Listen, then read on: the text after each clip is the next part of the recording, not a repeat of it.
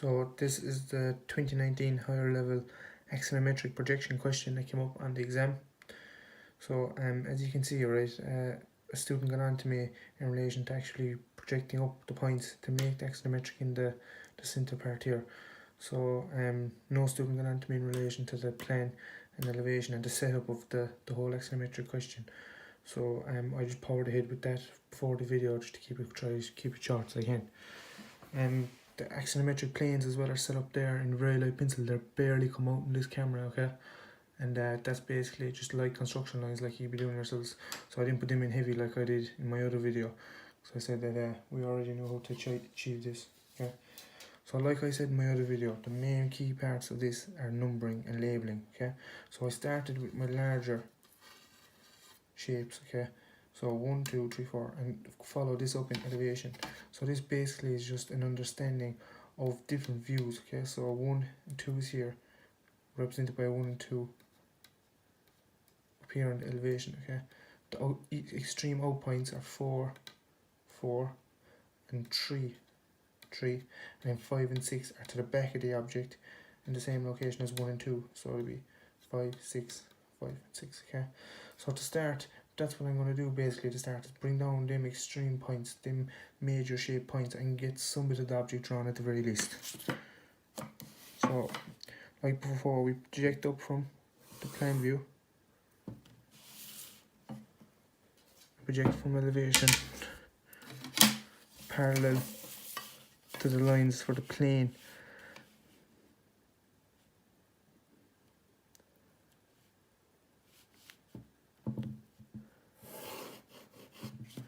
So that's 1, the bottom of 1,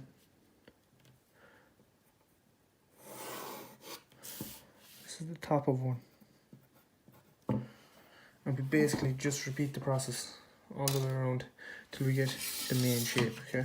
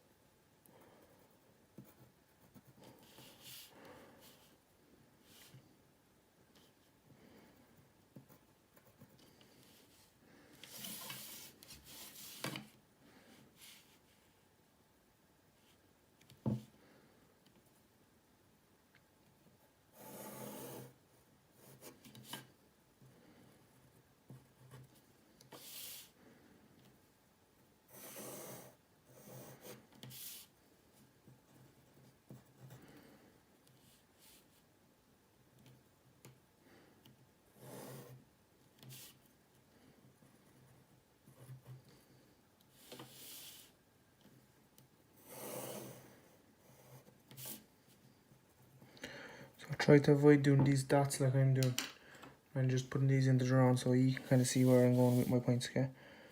So then it's just a matter of joining points. So it's 1 to 2 up in the top, 1 to 2, 2 goes to 4, 2 goes to 3,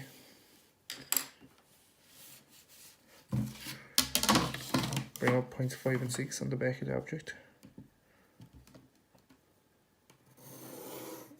6, 5, and we know they're located on the points 1 and 2 as well, so we can just follow these lines down. So that's going to be 6, that's going to be 5,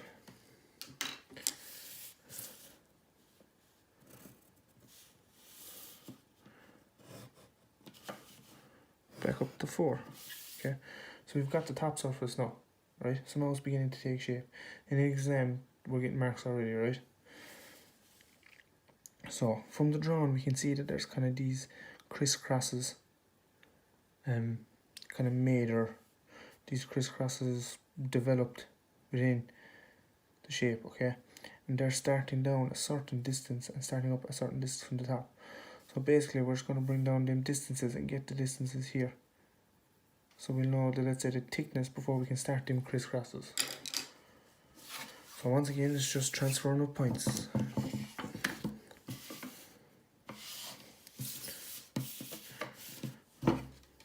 So this is the part underneath, directly underneath 1 and 5. So we can just bring this down to get the final heights of 1 and 5. So it's here, yeah. Do the same with 2 and 6. That's here. Do the same then with 3.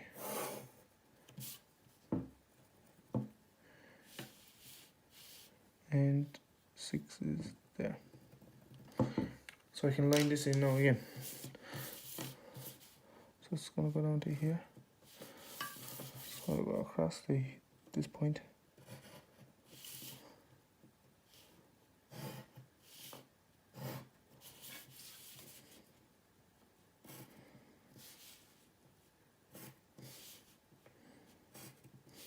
Okay, so now we're going to do the exact same on the bottom. As you notice, I haven't the full bottom shape drawn in yet, as there's going to be kind of hidden detail here through the packaging coming down and stuff like that, okay? So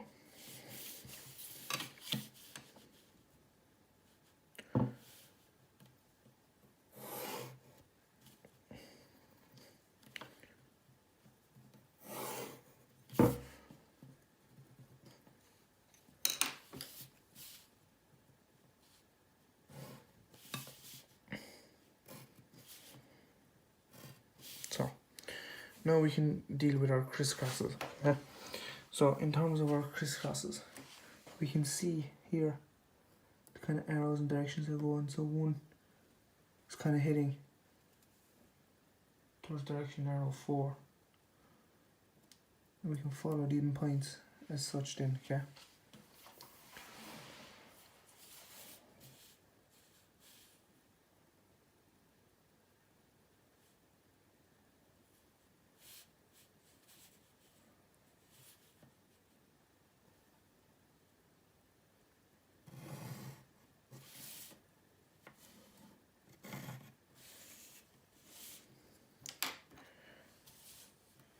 So point 3 comes up here.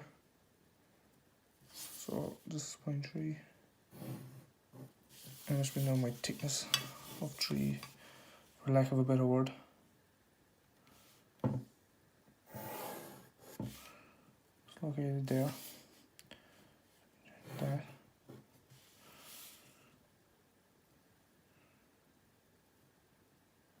This is line 6. So that's the top of 6. So I'm just following points. So this is the base of 6. So 3 is going to go to 6. It's going to go to 6 top.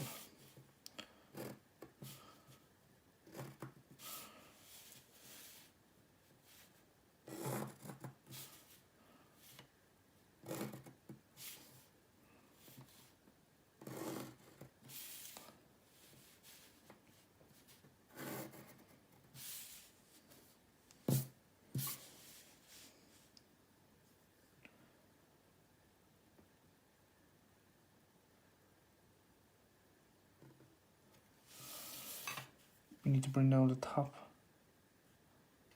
of point 4 here to here.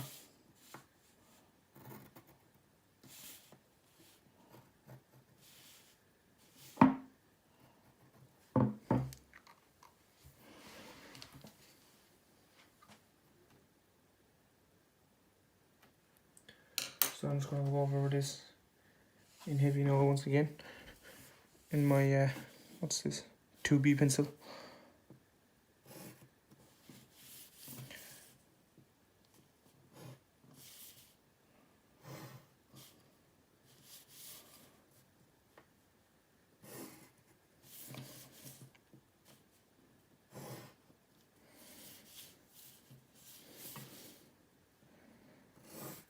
Okay, now we're left with this dotted hexagon, as you can see in plan, which is represented here in elevation. Okay, so once again we're going to label these And this time I'm going to go with letters, as I went with numbers here. I just don't want to be confused myself.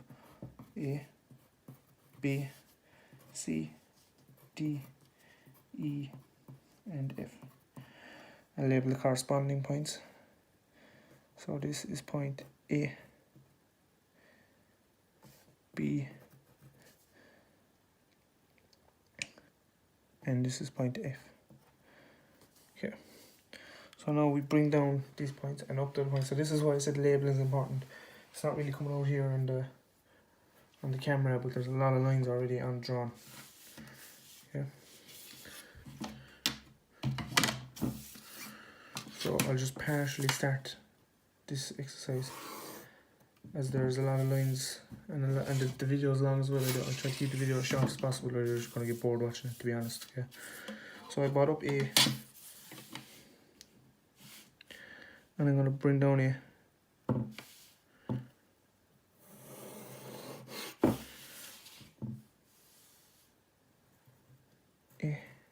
Okay. I'm going to do the same for B. I'm going to do the same for, we'll start with F actually. Okay, we'll just move on to F, and then I'll let G finish it. Yeah, so we move on to F, and if we bring down F here, we can see that they're beginning to match up, and we can draw in these shapes. That was F, that point there. Then it goes to E, so we bring up E,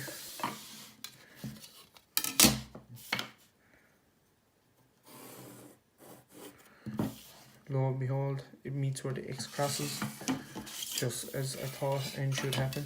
So E is represented by F, okay?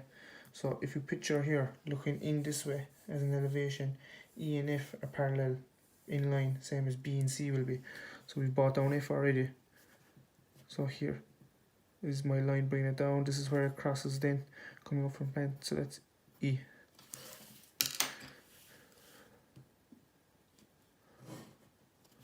Okay, so that's the shape drawn.